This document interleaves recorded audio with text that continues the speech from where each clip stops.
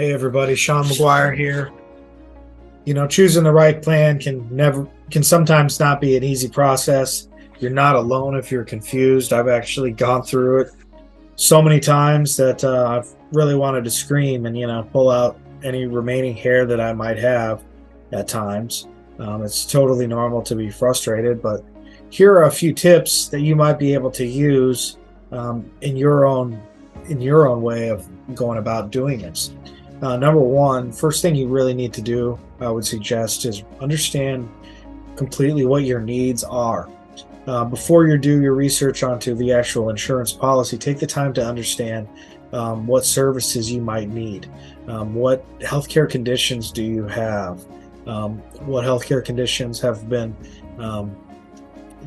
prevalent in your family through your parents and grandparents? Do you have any pregnancies in the future? Do you plan to move into the future? Questions like these are what you need to be asking yourself first and foremost, because it will help guide you as you make the right decisions. Next, you need to begin doing your research. Once you kind of figure out the type of coverage you need, you can start looking at your options. You can ask recommendations from friends or family.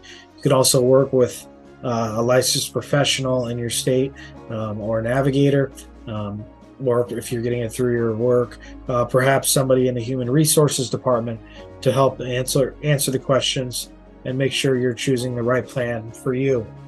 Or you can do your own research as well. And if you are doing your own research, make sure when you're comparing the plans, that's the next thing, is comparing the benefits. Look at the different coverage and cost options available. You want to see if they cover the chronic condition that you may have.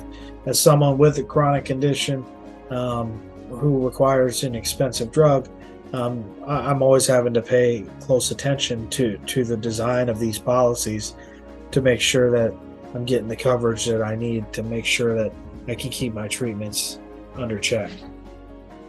Next suggestion, I'm actually going to combine the next two, which is understanding your co-payments and factoring in deductibles and out-of-pocket expenses.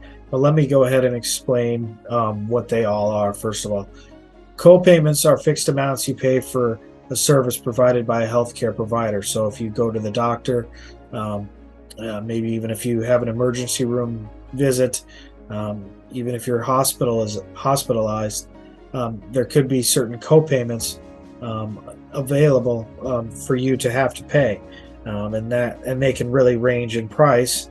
And one of the things that insurance companies do to adjust the premium price is mess around with the different co-payment levels, and also messing around with deductibles and other out-of-pocket expenses. So that would be your deductible, which is the amount of money that you pay beyond a co-payment, or including the co-payment, but you pay this up to a certain amount. So let's say it's $5,000. Theoretically, you're going to be on the hook for the first $5,000, but there will be some co-payments in there. But if you had a major event, you would be on the hook for that $5,000 initially, and maybe even more.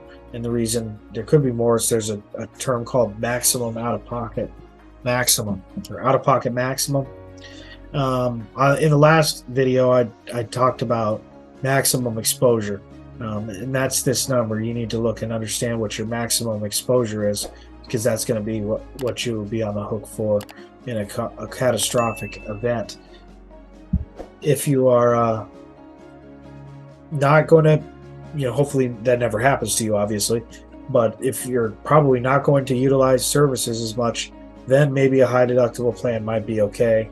Perhaps if you're younger and healthier, because the premium is going to be lower. But you really need to pay attention to the co-payments, co-insurance, and deductibles when you're evaluating a plan. And then finally, make sure to consider the financial reputation, or consider the company reputation and their financial strength. Choosing between health insurance providers, when you're doing that, not all of them are created equal, and they have what are called financial ratings, because these companies do go out of business, and this has actually happened quite a bit, more than you would think. And then you're stuck trying to figure out what to do next. or maybe you get put with the insurance company that bought that company out.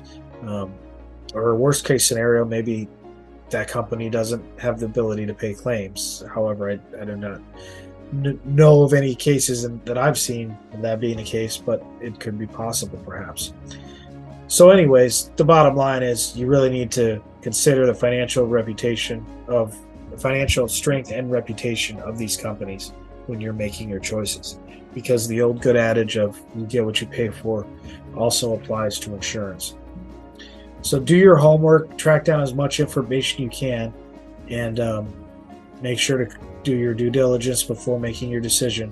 Or if you'd like to work with a professional in your area that can help you with that, that might be a good idea as well. If you have any questions, feel free to direct message me or shoot me an email, sean@edbellisinc.com.